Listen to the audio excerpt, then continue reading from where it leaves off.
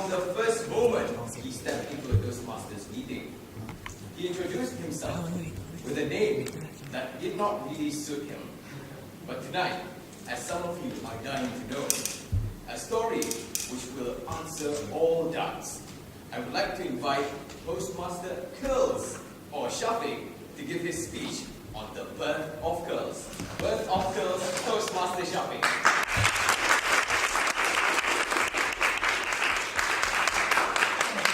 Thank you, Toastmaster Nabil, and good evening, fellow Toastmasters and esteemed guests. Good evening. What are names? Names are the key to every identity. Names are not meant to just be plastered on you so that people will recognize you, but rather they are meant to symbolize and define who you really are.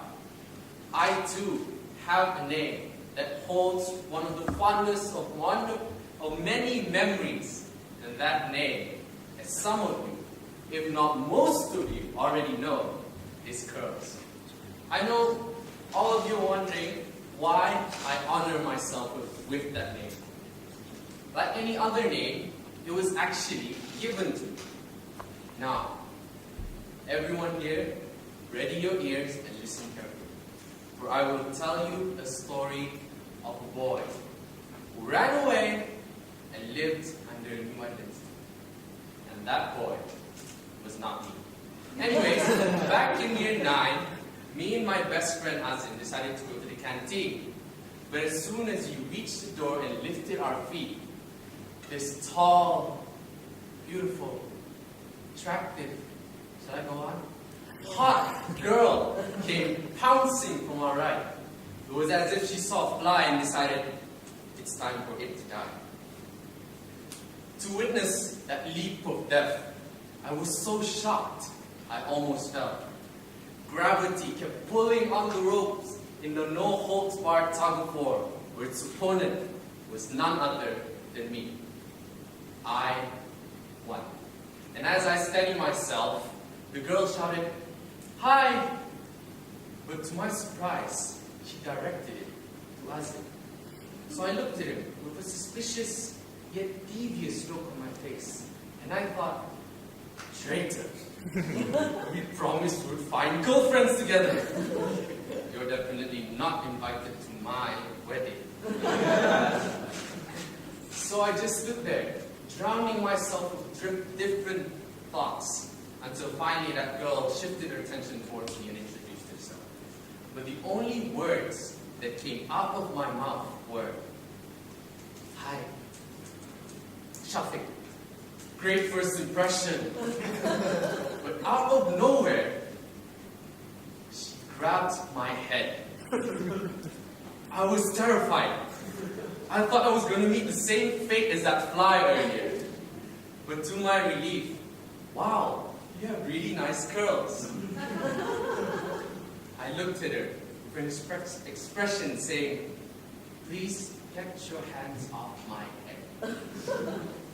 A few days later, on my way to the bathroom, I saw her, the head grabber. But instinctively, instead of avoiding her and finding a different bathroom, I cleaned myself up, loaded my guns. Mission started. I gave myself the mission objectives: keep your eyes locked in front, to pretend she's not there. After a dreadful walk of pretense, she finally called out to me as I passed by. "Hey, you!" Using my great acting skills, if I do say so myself, I replied, "Hey, I didn't see you there." But then she asked, "What was your name again?" My heart sunk. But I kept it afloat and replied, "It's Syafiq." Yes, nailed it. But then she said, "Sorry, I'm not really good with names, so can I just call you Curls for your curls?" My heart flew right out of my chest. It may be somewhere floating in Canada right now, where the military is saying, "It's a bird, it's a plane." No, it's a heart. I didn't hate her for that, because over the years, we started to become friends. And she was the only one in school who ever called me Curls. No, don't get me wrong, I did feel special. In fact, I despise that name. Because whenever I'm near a crowd and I hear Curls from afar, I know she's coming. Like Jaws, slowly creeping up her hill. And when she finds her prey, people start shooting questions. Keeping this story short, school graduation ended. But for some unknown reason, the faint echo of Curls was still lingering in my head. It was as if it embedded itself into the deepest corners of my brain. So, in my attempt to forget, I decided to start working and got a job at Burger King, selling you good quality burgers every day. No, that was not my full-time job. When my manager called, I was so excited to start. But as soon as I got there, it seems my past intentions were misled. Curls led me there to reunite with the girl who started it all. But instead of blaming my utmost stupidity, it somehow felt right. It felt like Curls had sent me a message. Because when I saw her and she said, "Hey Curls, nice to see you again," invisible tears streamed down my face. Hours later, I was asked to introduce myself to the whole Burger King crew, no different than each and every one of you here right now. And I was asked one question: what do you want us to call you? I pondered. I had a choice. As I stood there, looking at all those strangers, I decided it was time for me to come out of my cocoon.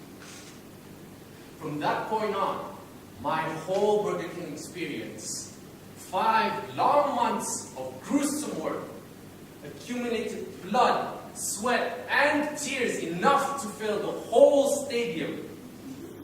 I forged with Curls, a name I thought I never want to hear again.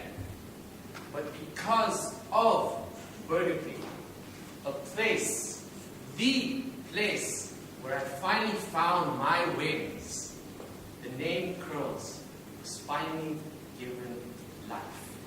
And it became my legacy, for which I will forever continue its story for years to come, starting with Toastmasters. Back to you, Toastmaster of the evening. Now.